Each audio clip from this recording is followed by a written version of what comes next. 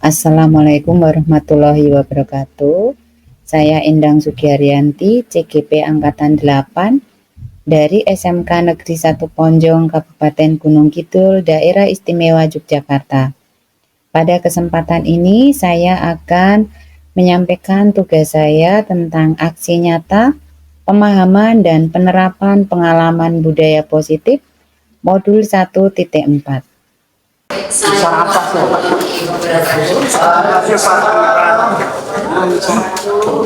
Yang pertama Bapak Kepala Sekolah yang diwakili oleh Bapak PRK kita, Bapak Ibu Dewantara, Bapak Ibu KTU yang saya hormati juga, Bapak Ibu karyawan dan tenaga pendidikan dan tenaga teknik yang saya hormati. Terima kasih atas kehadirannya pada hari ini pada diseminasi pemahaman penerapan pengalaman budaya positif saya.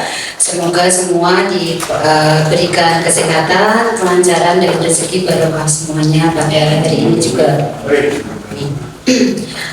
Pada kesempatan ini saya ingin mendiseminasikan pemahaman dan penerapan pengalaman budaya positif saya.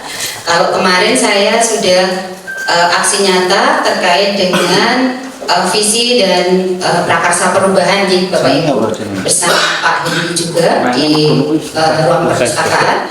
Hari ini saya dan Mary akan melakukan diseminasi terkait budaya positif yang telah saya peroleh pada pembelajaran calon guru penggerak kami. Kemudian pada saat ini saya harus melakukan diseminasi ini untuk menyelesaikan tugas saya pada modul 1.4 untuk upload karya nyata Bapak Ibu. Jadi memang kami harus melakukan diseminasi budaya positif ini tidak hanya kami pelajari secara pribadi, tapi juga berpengaruh kepada lingkungan di mana saya berada, di mana saya mengajar seperti itu. Baik Bapak Ibu, di sini seperti yang tampil di layar, ya Bapak Ibu, bahwasanya ini adalah nanti diskusi Bapak Ibu. Jadi sebenarnya kita semua sudah melakukan budaya positif di sekolah kita, tetapi ternyata budaya positif itu kadang ketika kita sudah belajar dengan teori yang ada dan praktek yang ada di lapangan, ternyata ada yang kurang sinkron begitu Bapak Ibu. Nah, mari kita lihat bersama-sama Bapak Ibu.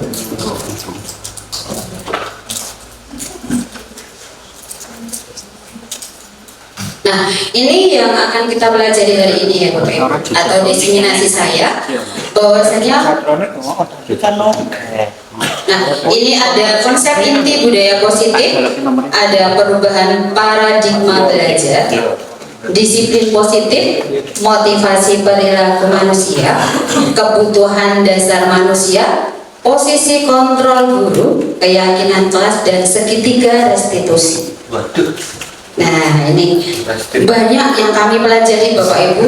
Ini dalam jangka waktu kurang lebih 2 minggu. Jadi kami kadang harus on sampai tengah malam atau bahkan mungkin sampai dini hari, karena harus membuat video-video kecil yang harus kami implementasikan di dalam tugas kami. Nah, ini pada saat ini kita harus mendiseminasikan atau menyampaikan kepada teman sejawat. Nah, sekarang yang pertama, pembelajaran dengan paradigma baru.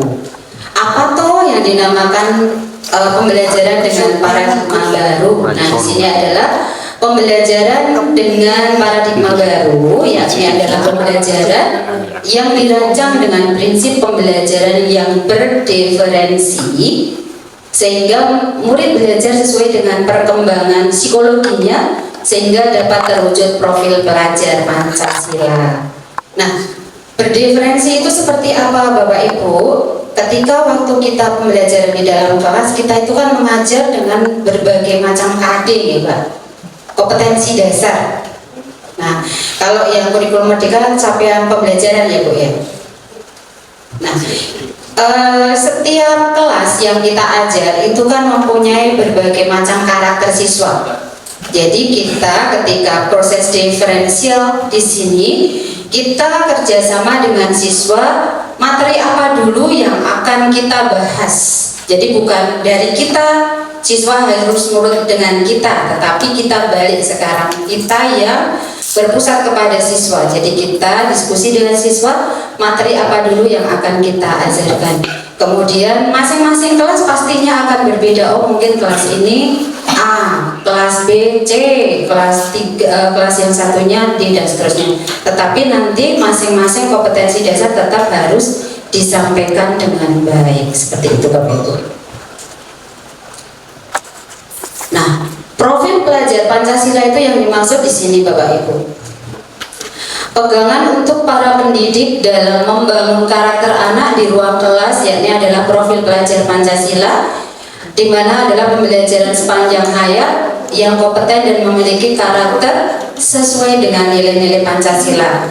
Di mana di sini profil pelajar Pancasila di sini ada 6. Yang pertama, beriman bertakwa kepada Tuhan Yang Maha Esa dan berakhlak mulia. Nah, di sini sekolah kita sudah memfasilitasi ini Bapak Ibu.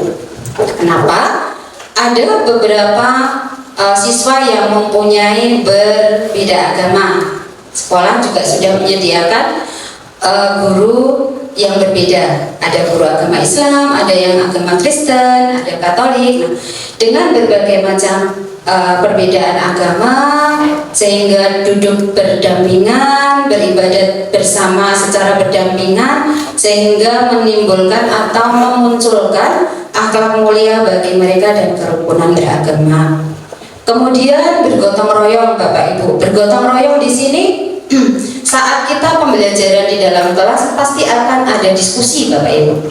Ketika diskusi di sana ada kerjasama akan memunculkan gotong royong, sehingga di sini profil pelajar Pancasila sudah tercover melalui diskusi bersama. Pasti kan Bapak Ibu pada proses pembelajaran ada saatnya diskusi, di situ memunculkan gotong royongnya atau kerjasama. Mandiri juga sama di sini. Mandiri juga saat diskusi, ketika anak diberi tugas, ketika anak diberikan satu tanggung jawab, pasti bisa terlaksana dengan baik. Nah, ini secara mandiri anak sudah punya tanggung jawab. Bernalar kritis, di sini anak juga bisa menyampaikan pendapat secara baik sesuai dengan kemampuan secara logiknya anak-anak SMK. Nah, secara bernalar kritisnya anak sudah mempunyai kebajikan secara universalnya, sudah bisa memberikan hal yang baik. Kemudian kreatif, anak-anak pasti ketika waktu pembelajaran beliau si anak-anak ini peserta didik juga sudah kreatif dalam menyelesaikan tugas-tugasnya dengan baik. Kemudian berkebinekaan global. Nah, di sini SMK Negeri 1 Ponjol muridnya itu berasal dari Jogja, ada juga dari luar Jogja. Nah, otomatis di sini budayanya juga berbeda, sehingga di sini masing-masing peserta didik saling beriringan, bisa jalan bersama dengan budaya yang berbeda, sehingga mereka bisa mengambil sisi positif dan sisi negatif budaya masing-masing, sehingga memunculkan kebinekaan global mereka baik secara lokal maupun secara nasional, itu bisa beriringan bersama. Itu sehingga mewujudkan profil pelajar Pancasila untuk SMK Negeri Ponjol ini sudah mulai berarah ke sana. Seperti itu nih Bapak Ibu. Nah, sekarang yang kedua atau yang selanjutnya di sini adalah disiplin positif Bapak Ibu. Disiplin positif di sini menurut Socrates and Plato, Socrates and Plato dan Plato, disiplin diri dapat membuat seseorang menggali potensinya menuju kepada sebuah tujuan, sesuatu yang dihargai dan bermakna. Kemudian disiplin positif ini seperti apa toh? Dapat mengontrol diri, di mana kita bisa mengontrol diri, tidak boleh langsung marah ketika ada siswa yang bersalah atau melakukan kesalahan. Bagaimana menguasai diri untuk memilih tindakan yang mengacu pada nilai-nilai yang kita hargai. Kita bisa menguasai diri. Tindakan ini, oh aku milih melu presentasinya Bu Endang. Nah ini juga harus bisa menguasai diri. Kenapa milih di sini? Oh mungkin karena tidak gurunya. Karena mungkin tidak tidak suka di yang dingin gitu ya, sedangkan di AC seperti itu. Nah itu contohnya seperti itu ya Bapak. Kemudian bagaimana bertanggung jawab terhadap apa yang dilakukan berdasarkan tindakan pada nilai-nilai kebajikan. Pertama, Bapak Ibu punya pilihan satu tanggung jawab secara moral. Contohnya hari ini aja hal kecil ya. Ketika di sini ada dua desiminasi pada tempat yang sama, orang yang berbeda, di sini punya tanggung jawab secara moral. Oh saya melu sekuteng abang. Nah tanggung jawab moral saya kuteng abang itu beda loh. Kalau sana kuteng kuning, karena bajunya kuning. Masalahnya tegang semua masalahnya di sini ya. Jadi sudah semuanya sudah punya tanggung jawab secara moral. Iya betul ini kuningnya DRT. Iya. Itu ya Bapak Ibu ya. Mereka dia amplopan tuh ini. Baik lanjut sekarang. Makanya cepat. Kalau saya ini cepat Bapak Ibu. Makanya cepat kan Bapak Ibu. Cepet. Oh iya. Baik lanjut di sini adalah motivasi perilaku Bapak Ibu ya. Motivasi perilaku manusia menurut Diana Goosen dalam bukunya Restructuring School Discipline. Ya, di sini ada 3 Bapak Ibu, ada unsur intrinsik dan unsur ekstrinsik. Unsur ekstrinsik itu adalah di sini adalah untuk menghindari ketidaknyamanan atau hukuman. Ini contohnya gampang banget Bapak Ibu. Ketika pagi hari kita absen pagi-pagi datang ya, wah jam 7 kurang 5 menit, pasti ya Bapak Ibu, kita semua akan langsung absen. Wah, pakai pos yang senyum atau manyun itu ya. Kenapa kita melakukan absensi? Karena untuk menghindari ketidaknyamanan atau hukuman. Iya pasti. Karena kalau kita itu tidak absen tepat waktu, absensi kita pasti akan merah. Dan itu akan berpengaruh kepada kinerja kita. Yang kedua, unsur ekstrinsiknya adalah untuk mendapatkan imbalan penghargaan dari orang lain. Jelas pasti. Ketika kita absensinya kita itu tidak pernah merah, maka TPP kita tidak akan dipotong. Betul kan? Ya.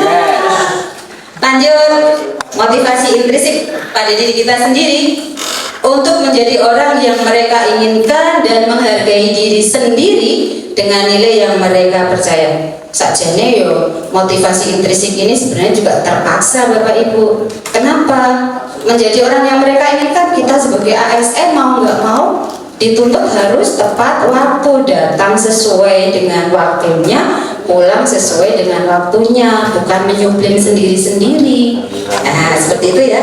Nah ini adalah tergantung sama diri kita sendiri ya itu. Nah just kidding Bapak Ibu. Nah ini adalah contoh nyata saja ya. Jadi kita nggak usah kemana-mana, nggak usah menyontohkan orang lain, tapi nyontohkan diri kita sendiri gitu ya. Ini adalah motivasi perilaku manusia. Di sini ada 3 bahwasanya intrinsik dan ekstrinsik. Ekstrinsiknya adalah supaya tidak dapat hukuman, dapat imbalan. Yang ketiganya untuk intrinsiknya adalah menjadi orang seperti yang diinginkan. Ya, paham ya Bapak Ibu ya? Oke, lanjut. Nah ini hukuman dan penghargaan. Nah ini adalah satu sisi yang ibarat mata uang itu 11-12. Hukuman Ya betul. Adanya hukuman bukan penghargaan ya. Pindah. Baik, di sini penghargaan di sini itu mempunyai pengaruh jangka pendek dan jangka panjang. Jangka pendeknya penghargaan itu merasa bangga, senang. Jangka panjangnya kalau tidak dapat penghargaan jadi kurang bersemangat. Nah, sehingga penghargaan menjadi tidak efektif seperti itu. Ya sama ketika kita mendapatkan TPP, wah wah ini semangat banget pokoknya misalkan masuk tepat waktu TPP-nya udah dipotong, tetapi kalau kita tidak tepat waktu TPP kita juga akan dipotong, maka akhirnya juga sebenarnya tidak efektif juga seperti itu. Ya nek misalkan di jalan itu tidak terjadi apa-apa, kalau terjadi apa-apa, nah orang kan kita tidak tahu apa yang akan terjadi selama proses perjalanan. Lanjut di sini hukuman dan penghargaan juga merusak hubungan. Nah, merusak hubungan di sini misal kalau kita kepada siswa memberikan reward, misalnya kayak bahasa Inggris saya sering memberikan reward kepada anak yang mendapatkan nilai tertinggi pada pembelajaran saya. Nah, ini ketika dia nggak mendapatkan nilai tertinggi, maka dia akan merusak hubungan dengan saya. Yang tadinya dekat dengan saya menjadi tidak dekat lagi. Yang biasanya sharing materi menjadi mencoba untuk sedikit demi sedikit mencoba menghindar seperti itu. Jadi ini ada kurang baik. Sehingga penghargaan mengurangi ketepatan. Kenapa di sini mengurangi ketepatan? Biasanya kalau anak-anak itu ingin mendapatkan penghargaan itu biasanya siapa cepat mengerjakan mendapatkan penghargaan, cepet-cepetan. Nah, tapi benar atau salahnya pekerjaan tersebut itu tidak bisa dipertanggungjawabkan. Kemudian penghargaan itu juga menurunkan kualitas. Kenapa? Karena kalau dikasih penghargaan dikerjakan pasti dengan maksimal. Kalau tidak dikasih penghargaan pasti tidak maksimal. Jadi lenggarap yo kan aku udah dibayar, jadi aku lenggarap biasa saya isi no gitu. Misalnya kayak gitu ya Bapak Ibu. Ini ngomongnya Bu Endang loh. Ya. Amplopan. Iya, tadi amplopan itu tadi. Nah, penghargaan juga mematikan kreativitas. Kenapa kreativitas? Karena intinya setiap kita individu itu punya kreativitas untuk menciptakan karya. Tetapi ketika kita hanya mikirkan, aku nek misalkan mendapatkan mempunyai kreativitas ini, aku dapat penghargaan reward loh. Tetapi ketika saya nggak dapat reward, aku barang ini orang untuk reward deh, orang iso nggak pangkat deh. Jadi aku ya saiki ora gawe karya, jadi akhirnya menurunkan kreativitas. Jelas ya Bapak Ibu ya? Kemudian di sini penghargaan itu juga menghukum. Nah, kenapa di sini menghukum? Misal anak itu yang mendapat ranking 1 selalu dapat reward. Nah, pada suatu saat dia itu tidak dapat reward. Nah, akhirnya dia akan merasa rendah diri karena apa? Dikalahkan sama temannya yang tadinya belajar maksimal, mendapat reward, dan sekarang dia karena mungkin wis pintar, jadi nggak usah belajar gini aja. Akhirnya menjadi menghukum buat dirinya sendiri, merasa rendah diri karena tersaingi sama temannya. Kemudian di sini juga menjadi motivasi diri dalam diri atau intrinsik. Nah, kalau ketika mendapatkan penghargaan otomatis kita senang ya Bapak Ibu ya. Jadi misalkan TPP kita naik karena absen kita juga tidak ada yang merah sehingga TPP-nya juga 100%, maka kita juga akan senang, berarti ini ada imbal balik dari pemerintah dan apa yang kita kerjakan. Seperti itu Bapak Ibu. Jadi hukuman dan penghargaan itu saling berkait. Ada sisi positif, ada sisi negatif. Selanjutnya, nah ini yang sering biasa kita lakukan dan mau nggak mau kita menyadari sekali Bapak Ibu. Hukuman, konsekuensi, dan restitusi. Hukuman tidak terencana atau tiba-tiba, murid tidak tahu apa yang akan terjadi atau tidak dilibatkan, siswa tahu-tahu terjadi, bersifat satu arah dari sisi guru, kemudian berupa hukuman fisik atau psikis. Nah, ini contohnya banyak banget ini, kayak Bu Endang aja sudah sering ini. Misal anak terlambat. Nah, biasanya sering sekali pertama disuruh ditanya, kenapa kok tidak telat? Ya, kenapa terlambat? Dah minta izin dulu, kan? Terus secara fisiknya dia seharusnya sudah bisa ikut pelajaran, tapi dia harus minta izin dulu. Belum lagi kalau disuruh push up, ya kan? Nah, itu namanya secara psikis. Dan itu namanya dari satu arah kita, jadi menghukum. Konsekuensi, nah bedanya apa Bapak Ibu? Ini terencana, disepakati sesuai dengan peraturan, jadi siswa juga sudah tahu, misalkan tata tertib ya, anak berpakaian pakai werpak, oh ini kok nggak pakai werpak, kemudian murid tetap dibuat tidak nyaman, sikap guru selalu memonitoring murid. Nah misalkan siswa seharusnya kalau praktek harus pakai werpak, udah tahu, tetapi anak nggak pakai werpak. Nah ini adalah satu konsekuensi, misalkan disuruh lari, suruh push up, dia udah tahu ketika dia nggak pakai werpak maka konsekuensinya dia dikasih hukuman. Nah ini namanya konsekuensi. Kemudian restitusi. Apakah restitusi di sini? Proses menciptakan kondisi bagi murid untuk memperbaiki kesalahan, di mana proses kolaboratif yang mengajarkan murid untuk mencari solusi sendiri. Nah ini sebenarnya Bapak Ibu bimbingan konseling ini sudah sangat menjalankan ini, tapi Bapak Ibu guru mata pelajaran juga sudah sering melakukan ini, cuma tidak terdata Bapak Ibu. Tapi kalau bimbingan konseling kan jelas tertulis nih Pak nih. Jadi ini ditanya kesalahannya apa, sebabnya apa, kenapa begitu, kemudian kamu besok bagaimana, mau melakukan lagi enggak, terus kesepakatannya seperti apa, itu sampai seperti itu. Nah nanti terkait dengan restitusi akan dibahas di belakang. Belakang mana? Yang ini di belakang nanti setelah ini. Ya. Ya nanti di belakang boleh, tenang aja Pak. Nanti Pak Mahfud restitusinya dengan saya. Restitusinya spesifikasi ya. Baik, kebutuhan dasar manusia Bapak Ibu. Nah, pegang banget.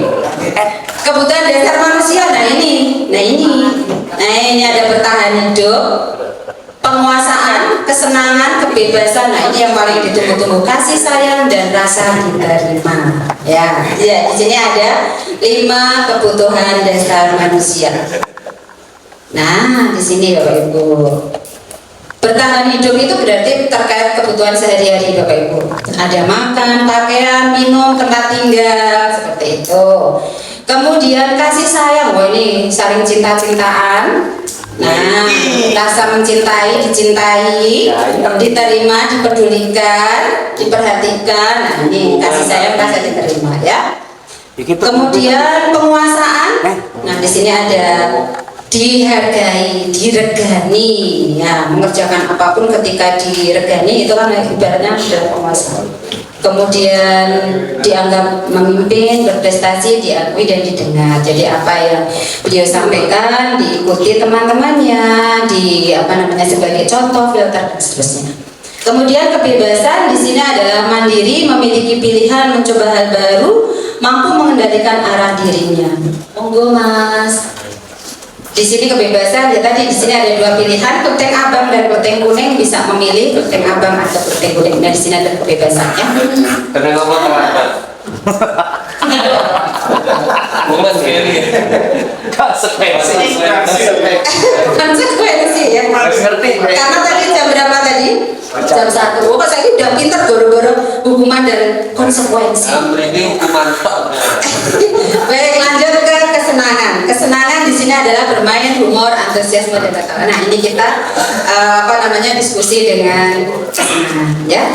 Jadi tidak merasa tertekan, merasa kurang nyaman gitu ya. Terdolimi. Oh, terdolimi. Waduh, parah banget nih. Nah, sekarang kita sebagai guru kita punya 5 posisi kontrol guru, Bapak Ibu. Nah, menurut Dr. William Gosden berkesimpulan ada 5 posisi guru, 5 posisi kontrol yang diterapkan seorang guru, orang tua atau atasan dalam melakukan kontrol. Di sini ada sebagai penghukum, pembuat merasa bersalah, sebagai teman, sebagai pemantau, dan sebagai manajer. Nah, nanti Bapak Ibu ini 5-5-nya sebagai 5 posisi kontrol semua atau diantara ini hanya salah satu saja? Manajer, yang manajer itu Oh iya. guru mana Bu? Ayo ya. Yang penting bukan Bu Enda. Baik nih, contoh penerapan 5 posisi kontrol guru Bapak Ibu. Nah, atribut lengkap saat upacara. Sering nggak ini terjadi? Sering. Sering banget. Sebagai penghukum hormat pada bendera selama 1 jam. Kalau kita di sini misalkan tidak memakai atribut, biasanya disuruh lari, disuruh membersihkan apa, gitu ya. Nah, ini hukum. Kemudian pembuat merasa bersalah.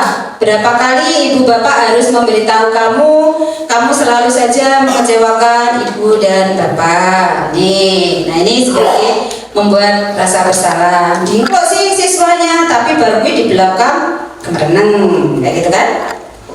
Lanjut. Ini adalah sebagai teman dan pemantau. Nah, sebagai teman contohnya seperti ini. Siswanya kasusnya masih sama ya. Tidak memakai atribut lengkap saat upacara. Ayo dong ikuti aturan sekolah, tolong bantu ibu bapak ya. Sekali ini. Ya sudah, tidak apa-apa, lain kali jangan sampai berbuat seperti ini lagi. Nah, ini sebagai teman. Jadi kadang kalau ya be friendly itu ya, kadang ya saya hey gitu. Hey guys, gitu ya. Hey guys. Lanjut, kemudian sebagai pemantau di sini. Nah, ini pemantau itu ya dari jauh aja sudah memantau itu. Kamu sudah melanggar peraturan sekolah, kamu tahu konsekuensinya. Setelah upacara kamu beli atributnya di koperasi dan jangan diulang lagi. Seperti itu. Ini sebagai pemantau. Jadi ada solusi. Jadi tidak hanya mureng-mureng tok, tapi ada solusinya. Kemudian sebagai manajer nih, apakah kamu tahu kesalahanmu? Kira-kira bagaimana kamu memperbaiki kesalahanmu? Nah, ini adalah sebagai manajer. Jadi biasanya BK ini ya, yang banyak melakukan. Potong gaji. Potong gaji. Ya, kalau bapak ibu guru biasanya udah marah-marah duluan itu menghukum. Terus kamu pokoknya. Itu namanya kebanyakan selama ini kita seperti itu. Nah, maka setelah saya belajar tentang teori di calon guru penggerak di sini, saya sebenarnya juga tertawa sendiri. Wah, ternyata saya selama ini dengan hal yang salah yang saya lakukan. Jadi masih semuanya berpihak kepada guru, belum memerdekakan siswa. Jadi seperti itu. Nah, nih keyakinan kelas.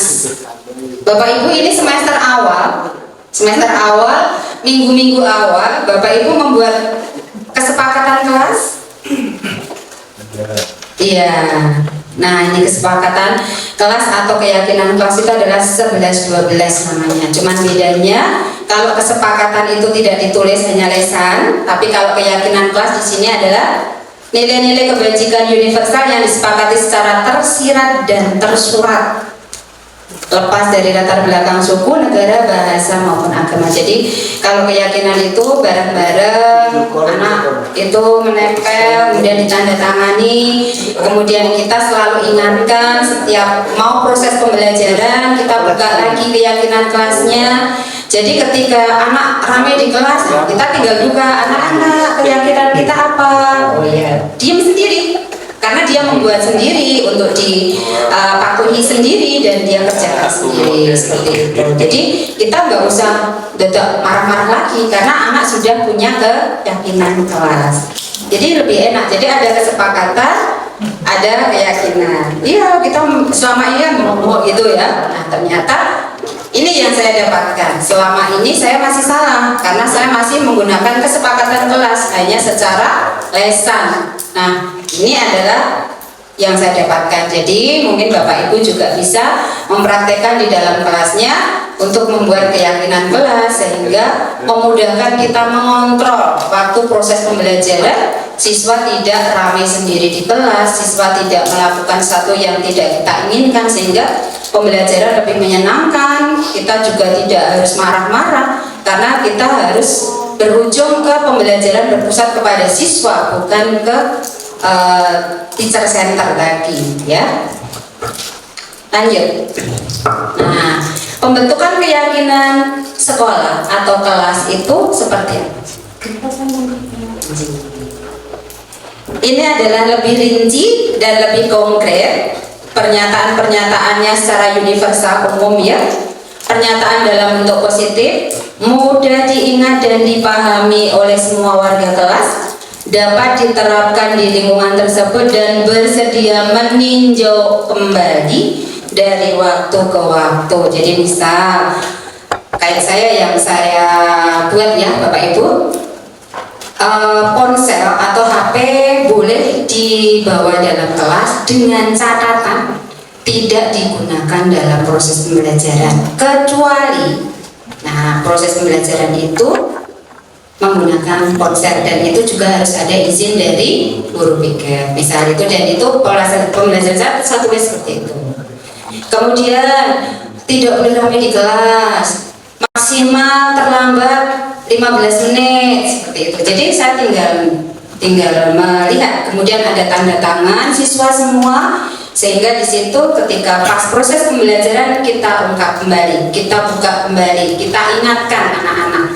Ketika keyakinan itu kok kurang pas, ya kita akan benahi bersama-sama kesepakatan dengan siswa, sehingga proses pembelajaran tidak ada yang merasa tertekan lagi. Jadi siswa adalah memang harus belajar dengan baik, semuanya dikendalikan oleh siswa sendiri, sehingga proses pembelajaran lebih menyenangkan. Selanjutnya di sini segitiga restitusi Bapak Ibu. Nah, ini satu proses dialog yang dijalankan oleh guru agar dapat menghasilkan murid yang mandiri dan bertanggung jawab. Tadi pada ketika menyelesaikan permasalahan dengan segitiga restitusi, di sini tahapannya ada 3. Yang pertama adalah menstabilkan identitas. Biasanya di sini hanya tanya,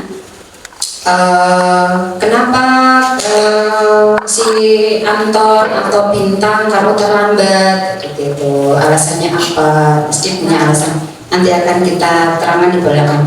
Yang kedua adalah validasi tindakan yang salah. Pasti akan ada alasan kenapa berbuat salah. Kemudian yang ketiga adalah menanyakan keyakinannya. Keyakinannya dalam artian di sini apakah ini akan diulang kembali? Bagaimana cara untuk meyakinkan Pak Guru, Bu Guru, atau warga sekolah supaya tidak melakukan kesalahan lagi seperti itu. Nah, di sini Bapak Ibu. Nah, untuk yang pertama tadi, menstabilkan identitas itu adalah berdasarkan prinsip membuat kesalahan adalah bagian dari proses pembelajaran. Proses pembelajaran di sini tolak ukurnya di sana Bapak Ibu, di sebelah kanan ya. Berbuat salah itu wajar. Tidak ada manusia yang sempurna. Ibu bapak juga pernah melakukan itu. Ibu bapak tidak mau mencari siapa yang salah, tapi ibu bapak ingin mencari solusi dari permasalahan ini. Kamu berhak merasa begitu. Misal ada yang tadi kasusnya adalah tidak memakai atribut yang lengkap saat upacara ya Bapak Ibu ya. Nah, untuk menstabilkan identitas itu misalkan Mas Catur yang biasa di garda depan waktu upacara biasanya tanya, kenapa kamu kok tidak pakai topi? Seperti itu ya. Ya, saya dulu juga saat sekolah juga pernah melakukan tidak pakai topi seperti itu. Tapi berharapnya tuh jangan untuk mengulang kembali seperti itu. Jadi di sini hanya mencari siapa ini. Saya juga tidak mau mencari saya salah kamu benar, tetapi saya mau tanya kenapa kok kamu tidak memakai atribut yang baik atau atribut yang lengkap saat upacara. Jadi ini adalah menstabilkan identitas, mencari satu proses pembelajaran di awal. Kenapa berbuat kesalahan? Kemudian yang kedua, validasi tindakan yang salah. Berdasarkan prinsip setiap perilaku berupaya memenuhi satu kebutuhan tertentu. Di sini kenapa? Kamu pasti punya alasan mengapa melakukan tidak memakai topi, misalkan seperti itu. Misalkan topinya belum dicuci, ketinggalan, dipinjam si A, tidak kembali, dan seterusnya. Padahal kamu bisa melakukan yang lebih buruk dari ini. Misalkan kalau ini yang lebih buruk apa? Misalkan kalau anak SMK itu ya pacaran ketangkep ya. Nah itu bisa melakukan di sini. Gus, ya. Kamu patut bangga karena telah melindungi sesuatu yang penting buatmu. Nah ini misalkan ada temannya mengambil barang temennya, tapi dia tahu, tapi dia tidak mau memberikan informasi secara langsung, tapi hanya disampaikan kepada, kalau misalkan disampaikan secara langsung akan menjadi satu permasalahan baru. Kamu melakukan karena mempertahankan satu yang penting bagi kamu. Nah, ini itu sangat privacy ya di sini ya, melakukan mempertahankan sesuatu yang penting. Misalkan dia bullying sama temannya, kemudian dia mengawal. Nah, di sini adalah keyakinan. Berdasarkan prinsip teori kontrol bahwa pada dasarnya kita termotivasi secara intrinsik. Nah, ini menanyakan keyakinan. Jadi ketika kita di dalam sekolah ada keyakinan bahwasanya oh ini disepakati bersama, dibuat bersama, maka akan dilakukan secara bersama-sama tanpa ada paksaan. Contohnya apa keyakinan kelas kita, misalkan seperti tadi ya, proses pembelajaran bahasa Inggris. Keyakinan bahasa Inggris itu apa ketika proses pembelajaran? Dia akan ngomong ini HP nggak boleh dibawa, tidak boleh terlambat, kemudian tidak boleh ramai di kelas, dan ternyata dia akan ngomong dengan sendirinya. Nah, ketika dia melakukan secara tidak sengaja hal yang salah, maka kita ingatkan saja apa keyakinan kelas kita, dia akan ngomong. Dan nilai-nilai apa yang telah disepakati bersama, tidak boleh ramai di kelas. Nah, ketika dia ramai di kelas, berarti dia punya konsekuensi. Seperti apa gambaran sebuah kelas yang ideal menurut kalian? Kamu ingin menjadi orang yang seperti apa? Nah, ketika anak melakukan satu kesalahan, jangan langsung dijudge. Coba kita lihat permasalahannya apa, kita duduk tadi sebagai posisi kontrol kita sebagai seorang guru tadi ya, apakah sebagai penghukum, pembuat rasa bersalah, teman, atau sebagai manajer, atau mungkin juga sebagai teman atau sebagai teman ya. Nah, terima kasih. Kalau benar, ikutin abang itu selalu cepat, tidak usah pakai bertele-tele. Kurang lama. Ya. Oke, sekarang iya boleh disambil Bapak Ibu. Tadi kan sudah diinfokan ya Bapak Ibu terkait budaya positif, bahwasanya kita tadi ada profil pelajar Pancasila, kemudian ada kaitan sama 5 kontrol guru, kemudian ada hukuman, ada konsekuensi, ada segitiga restitusi. Nah, sekarang silakan berikan masukan, saran kepada saya supaya kita diskusi kita ini bisa kedepannya lebih baik buat siswa kita, terutama karena kita semuanya adalah penggerak agen perubahan buat siswa-siswa kita, sehingga untuk menjadi agen perubahan itu diawali dari siapa? Dari diri kita sendiri, baru kita membuat perubahan kepada orang lain. Monggo Bapak Ibu, ada yang mau bertanya? Terima kasih Bunda. Yang pertama yang saya tanyakan terkait tadi murid yang jadi pusat pembelajaran. Yang saya tanyakan terkait pas keterampilan, kebetulan saya kan guru penjas. Kalau saya nuruti murid itu nanti apa nggak bingung, yang satu milih sepak bola, yang satu voli, yang satu basket, saya kan nggak bisa membelah diri. Itu yang pertama. Produktif juga sama ini tadi sebenarnya. Terus yang kedua, pertanyaan saya terkait penghargaan reward. Tadi Benda mendiko kalau yang bagus itu humanis, siswa dipanggil, dipokok, apele, bakat menegini apele. Dan terkait itu berarti saya sudah menyalahi aturan pas meeting. Dan yang paling fatal itu segi pokap.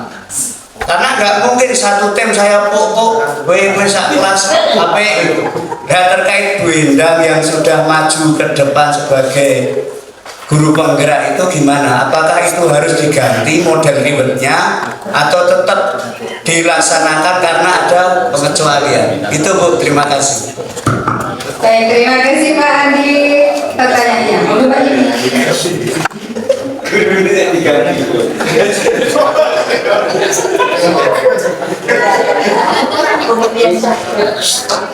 Baik, saya akan jawab pertanyaan Pak Andi untuk yang pertama tadi terkait dengan pembelajaran diferensial ya Pak ya. Nah, tadi saya bilang bahwasanya masih masing-masing Bapak Ibu guru punya kompetensi dasar banyak sekali, ada kesepakatan kelas mau kompetensi apa dulu gitu kan. Nah, jadi di dalam proses pembelajaran Penjaskes itu kan ada praktek, itu kan banyak sekali juga kompetensi dasarnya. Nah, itu tadi Pak, ada keyakinan kelas, ada kesepakatan anak-anak hari ini dengan kompetensi dasar yang akan kita selesaikan dalam jangka waktu 1 semester. Ini ada 5 kompetensi yang misalkan yang pertama adalah sepak bola, yang kedua voli, yang ketiga itu ada buka outdoor dan seterusnya. Apa dulu yang akan kita sampaikan? Gitu, apa yang akan kita selesaikan? Jadi kesepakatan itu bukan Pak saya mau olahraga ini Pak ini, tapi ya guru tetap sebagai filter utama yang harus mengendalikan berdiferensialnya itu tadi. Jadi memberi kebebasan kepada siswa untuk memilih, tetapi bukan berarti terus kita juga tidak mempunyai kompetensi untuk mengendalikan seperti itu. Jadi kita memberikan satu kebebasan kepada siswa untuk memilih mana dulu yang akan dipelajari, tapi kita juga harus mengarahkan sampai akhir kompetensi dasar itu harus tercapai semua. Seperti itu, terlampau tercapai seperti itu. Jadi bukan ini si A pengen voli ini terus membelah diri, enggak, tetapi kompetensi dasar mana kesepakatan. Betul. Jadi masing-masing kelas mungkin kelasnya TKRA mau voli dulu ya udah voli dulu. Kelas TKRP mau sepak bola ya sepak bola dulu seperti itu. Jadi kadang kita dalam 1 minggu mengajarnya berbeda materi, tetapi tujuannya nanti di akhir sama. Betul sekali. Hanya waktunya saja yang berbeda. Kemudian untuk kaitan sama tadi ya, bahwasanya penghargaan dan hukuman. Nah itu kan beda Pak. Ini maksudnya penghargaan dan hukuman itu dalam artian ke proses kecil dalam proses pembelajaran. Kalau itu kan event. Kalau event itu adalah suatu program sekolah yang sudah direncanakan, yang sudah ada anggarannya. Ketika satu program yang sudah ada anggarannya, otomatis itu kan harus dilakukan karena akan ada laporan di akhir tahun. Nah, sementara kalau proses pembelajaran itu kan tergantung sama Bapak Ibu guru seperti itu. Jadi hukuman dan hukuman dan penghargaan itu adalah dalam proses pembelajaran dalam hal kecil seperti itu. Beda dengan yang program pas meeting, program lomba tadi Pak, karena itu sudah ada program yang memang kita di sekolah sudah ada untuk meningkatkan kompetensi minat dan bakatnya siswa, karena itu adalah sebuah penghargaan secara umum klasikal. Karena mereka bekerja untuk main sepak bola kan tidak sendiri, mereka kan bersama-sama, berkelompok, bekerja sama. Nah, jadi di sini beda dengan yang ketika di dalam kelas seperti itu. Maksudnya seperti itu, Pak. Jadi itu lanjutkan saja karena satu promosi untuk kelas sekolah kita, Pak. Itu ya untuk menjadi lebih baik. Seperti itu, Pak, jawaban saya. Ya, silakan. Jangan ditahan, nanti bahaya kalau ditahan. Matur suwun Bu Indah. Sebenarnya saya tidak bertanya dan tidak memberi saran, tapi hanya sedikit cerita ya Pak. Oke. Tadi kan mengenai yang manajer tadi Bu, manajer tadi. Memang benar Bu. Ini yang saya terapkan saya sendiri. Saya dapat dari teman-teman di ketika pas UGBK, ketika pas ikut beberapa kegiatan seperti yang kemarin yang menyangkut tentang kebekaan. Itu kan menggunakan manajer itu yang ditampilkan Bu Endang tadi, saya sudah memakai, ternyata benar Bu. Untuk yang anak-anak yang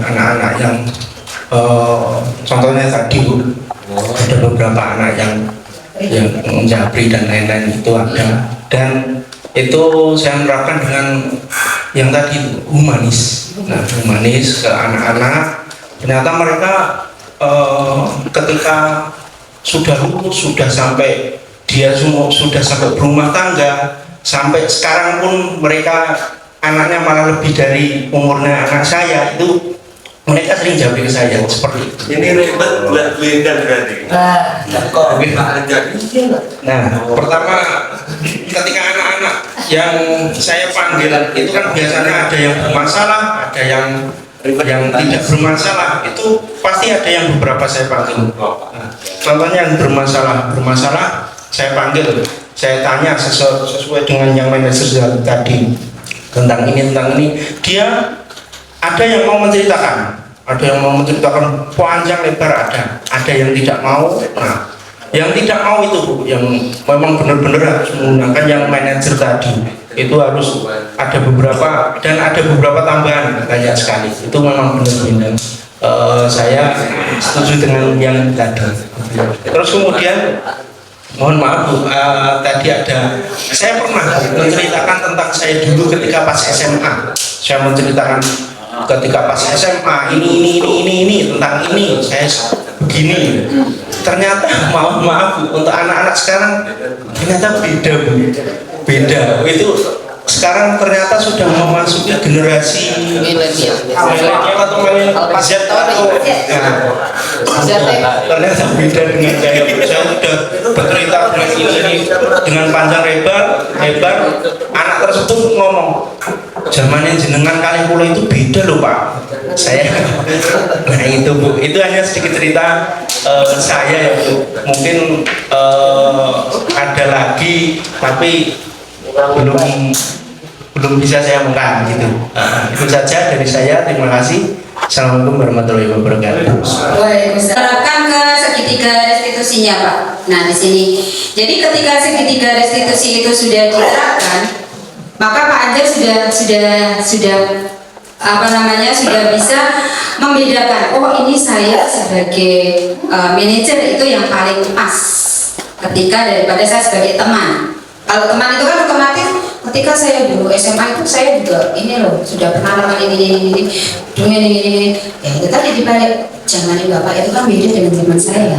Nah karena zaman kita dulu kan belum ada teknologi, terus sekarang sudah full teknologi. Misalkan zamannya beda dengan zamannya Mas Sator aja sudah beda. Nah, makanya yang paling cocok ketika kita menyampaikan satu permasalahan atau menyelesaikan permasalahan dengan anak adalah yang dengan menggunakan sistem manajemen. Nah, sesuai dengan zamannya tadi, dengan yang manajer tadi ya Pak, yang atas tadi ya. Nah, ini dengan ini Pak.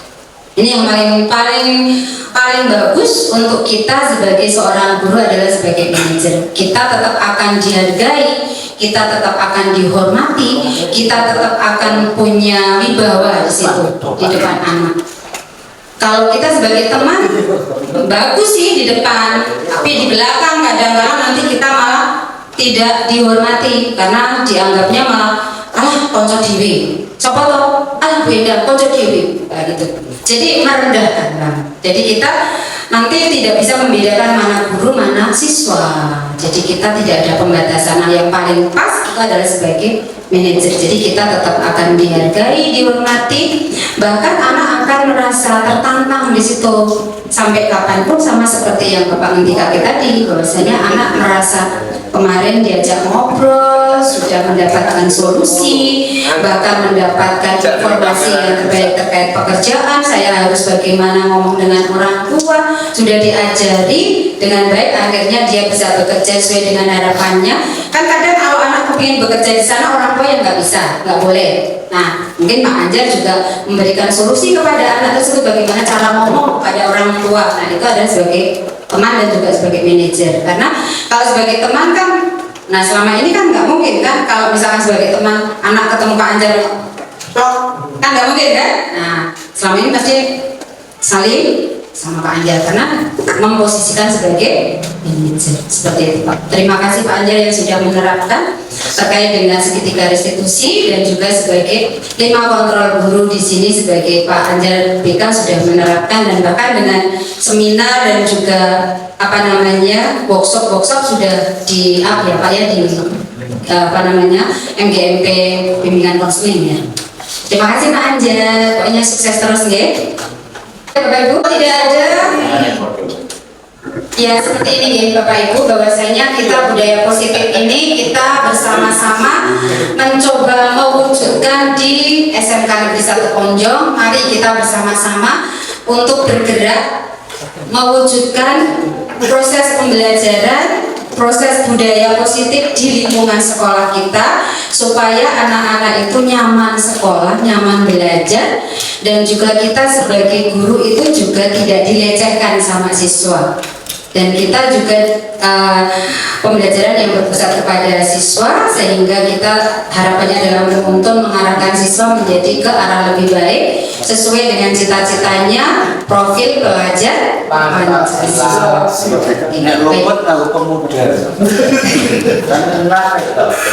Baik, terima kasih atas perhatiannya di sore hari ini. Kurang lebihnya saya mohon maaf. Sukses, selamat berkarya semua Bapak Ibu. Bapak Ibu adalah agen-agen perubahan buat kelas Bapak Ibu masing-masing. Silahkan diterapkan sesuai dengan budaya positif yang Bapak Ibu yakini dalam proses pembelajaran ke depan. Terima kasih. Assalamualaikum warahmatullahi wabarakatuh.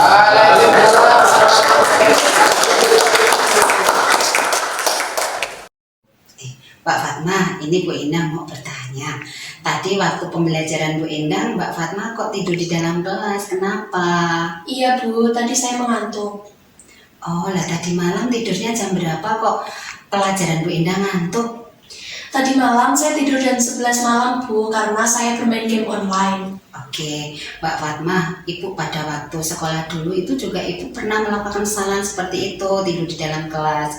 Tetapi Bu Endang juga tahu bahwa ini adalah sebuah kesalahan, dan ini juga harus diselesaikan masalahnya itu. Iya Bu, maafkan saya Bu Endang. Oke, Mbak Fatma, apakah Mbak Fatma tahu tentang kesepakatan kelas yang telah kita sepakati bersama? Iya Bu, tentang kedisiplinan. Saya akan memperbaiki kesalahan saya dan saya tidak akan mengulanginya lagi. Saya akan tidur lebih awal agar saya tidak mengantuk di dalam kelas. Oke, Ibu percaya Mbak Fatma bisa mempraktekkan keyakinan yang sudah kita sepakati bersama di dalam kelas kita ya. Siap Bu, insya Allah. Baik Mbak Fatma, silakan masuk ke kelas lagi ya. Iya, terima kasih Bu Endang.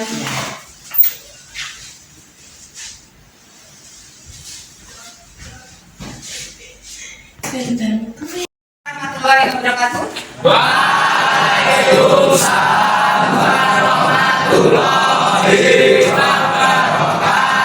Baik, hari ini kita pertama kali ketemu dalam pelajaran bahasa Inggris dengan Bu Endang di kelas 11. Maka pada kesempatan ini kita akan membuat satu kesepakatan atau keyakinan kelas yang semuanya dari kalian untuk kalian, dan menjadikan satu kesepakatan bersama selama proses pembelajaran dalam 1 tahun ke depan, dan itu nanti akan bermanfaat buat kalian sendiri dalam proses pembelajaran kalian. Seperti itu ya. Kemudian di situ ada kertas yang sudah ada di depan kalian. Silahkan ditulis model pembelajaran seperti apa yang diinginkan kalian, ataupun keyakinan kelas seperti apa yang kalian inginkan supaya pembelajaran bahasa Inggris itu menyenangkan buat kalian secara pribadi dan secara umum di kelas ini. Bisa dipahami? Ya. Oke, waktunya 10 menit dari sekarang. Udah dikasih nama. Dikasih nama. Kemudian nanti setelah selesai ditempelkan di sini ya. Oh gitu. Oke, saya ambilkan apa namanya?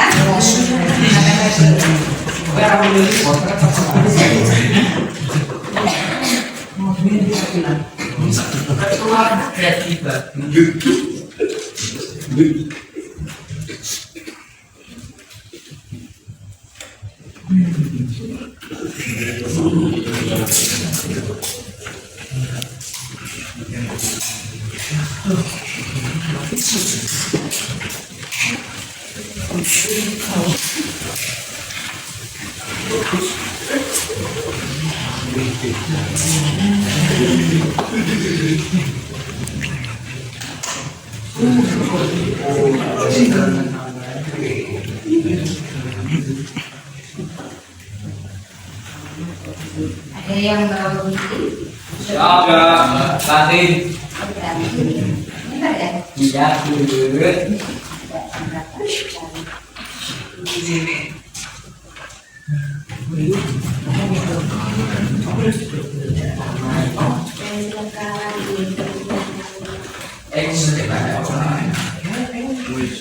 Silakan ditempelkan, jangan bertumpukan. Ayo silakan.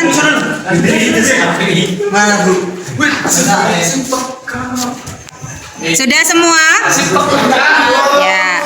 Baik, kita akan lihat nanti seperti apa. Ini adalah satu keyakinan kelas kalian. Baik ya. Sekarang kita akan menandatangani terkait dengan kesepakatan atau keyakinan kelas kalian, nggih? Baik, oke.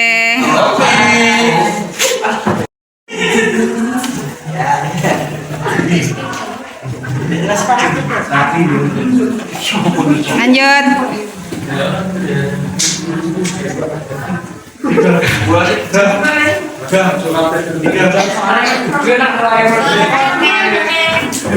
Silakan. Lanjut.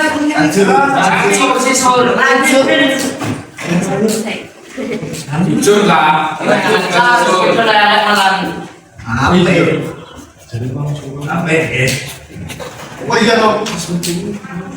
Lanjut, silakan.